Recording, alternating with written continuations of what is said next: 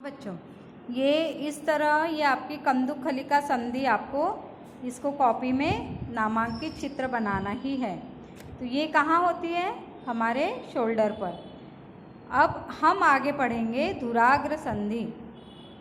धुराग्र संधि गर्दन तथा सिर को जोड़ने वाली संधि होती है।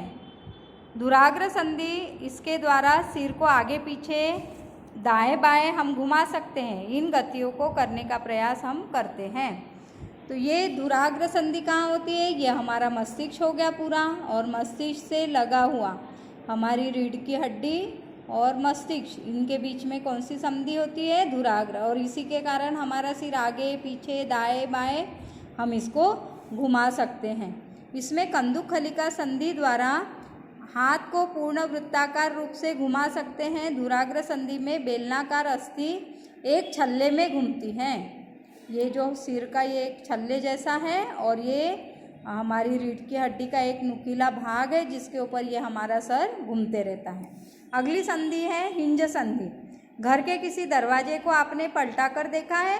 खोलना और बंद करना, ये कब्जा उसमें लगा होता है, जिसको साधारण भाषा में हम कब्जा बोलते हैं, जिसके कारण हमारा दरवाज़ा खुलता और बंद होता है। तो ऐसे ही एक ही तरफ खुलता है हमारा दरवाज़ा, वापस दूसरी तरफ नहीं जाता है। इसके कब्जे जो होते हैं वह एक ही तरफ खुलते हैं, दूसरी तरफ नहीं जाते। ऐसे ही हमारे कूहनी, हाथ की कूहनी और पैर का घुटना, ये हिंज संधि के उदाहरण हैं।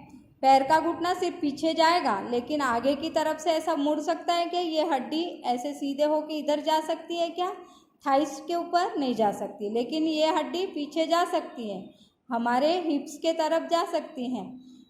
ऐसे ही हमारी कोहनी आगे की तरफ मुड़ सकती है, लेकिन हम उसको पीछे की तरफ से नहीं मुड़ सकती। मतलब दरवाजे के कब्जों की तरह ही ये एक ही तरफ से कार्य करती है। तो हिंज संधि कहाँ होती है? घुटने और कोहनी में हिंज संधि होती है, जिसके कारण हमारे पैर और हाथ मुड़ते हैं, एक ही दिशा में ये कार्य करते हैं। इसके अलावा ये दूसरी दिशा में गति नहीं कर सकते हैं। एक ही दिशा में गति करने वाला हिंज संधि, और एक ही पॉइंट पर जुड़ा हुआ धुराग्र संधि, और पूरा गोल घूमने के लिए कंदुक खलिका संधि जो हमारे शोल्डर में होती है। अब है अचल संधि। अचल संधि किसे कहते हैं? हमारे सिर की अस्थियों के बीच कुछ संधियाँ उन संधियों से भिन्न हैं जिनकी चर्चा हमने अभी तक नहीं की है। ये अस्थियाँ इन संधियों पर हिल नहीं सकती है, ऐसी संधियों को अचल संधि कहते हैं।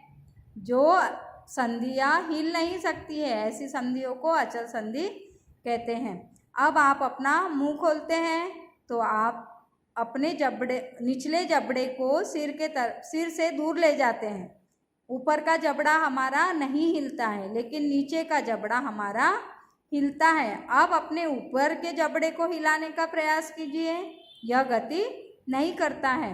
तो ऊपरी जबड़े एवं कपाल के मध्य में अचल संधि होती है। ऊपरी जबड़ा और कपाल के मध्य में कौन सी संधि होती है? अचल संधि। हमने केवल उन संधियों की चर्चा की जो हमारे अस्थियों को एक दूसरे से जोड़ती हैं। हमारे शरीर को विभिन्न अंगों को अपनी विभिन्न आकृति प्रदान करता है। यदि आप तो हमने आज क्या पढ़ा? अचल संधि, जो संधि तो है लेकिन हिल नहीं सकती है, ऊपरी जबड़ा हमारा नहीं हिलता है, वहाँ कौन सी संधि होती है? अचल संधि होती है। इस तरह आपने कुछ संधियों के बारे में पढ़ा।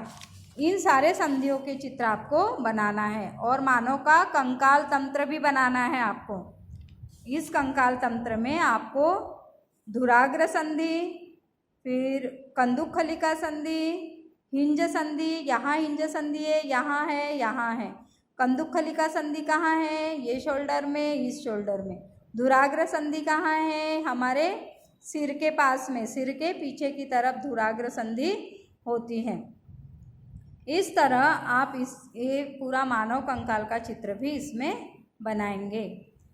फिर हमारी उंगलियों में और कलाइयों में भी संधि होती है। जब हम एक्सरे लेते हैं हमारे बॉडी का, तो उसमें हमको इन हड्डियों के चित्र दिखाई देते हैं। हमारी कलाई बहुत लचीली होती है, वो अनेक भागों पर मुड़ सकती है, गोल घूम सकती है। हमारी उंगलियां सामने की तरफ मुड़ती है, पीछे की तरफ नहीं मुड़ सकती। अतः इसमें कौन सी संधि होगी बताओ चलो?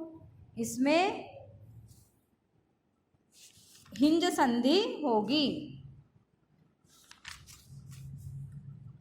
इस तरह से आपने ये विभिन्न संधियों के बारे में पढ़ा और इतने चित्र आपको बनाना है।